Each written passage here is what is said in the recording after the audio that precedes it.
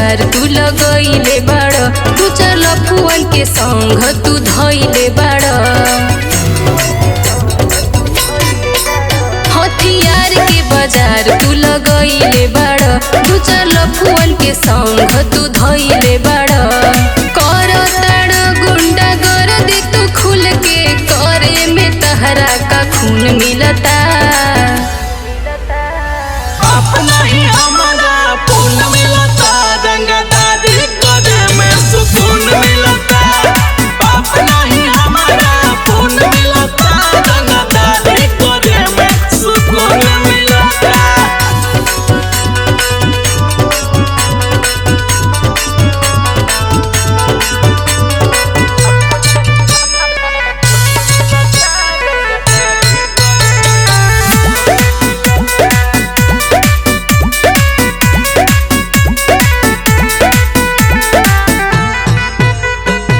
लेके सुपारी तू करेल कांड, नाम तुहार गैंगस्टर में हो जाई कहियो केस मुकदमा, शुरू कानूनी चैप्टर में। होखे करवाई उससे पहिले ही बेल बा, हमारा खातिर एगो जेल खाली खेल बा।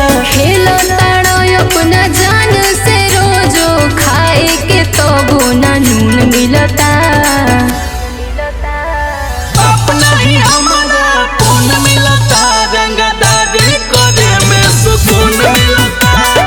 अपना ही हमारा खून मिलता, रंगदारी करे में सुकून मिलता।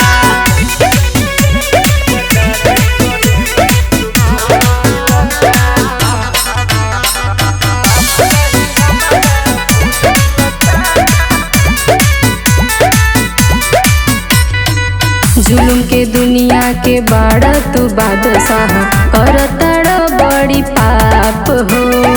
नाम से तोहरा जब वारंट निकली, केहू न दीही साथ हो। मौत के दावत दी के कराई शौक बा, रफ्तार शिवम लव कुसे के खौफ बा। मर्डर पर मर्डर करेला रोजो, कहाँ से ऐसन जुनून मिलता। अपना ही हमारा खून मिलता, रंगदारी करे में सुकून मिलता। अपना ही हमारा खून मिलता, रंगदारी करे में सुकून मिलता। रंगदारी करे में सुकून मिलता।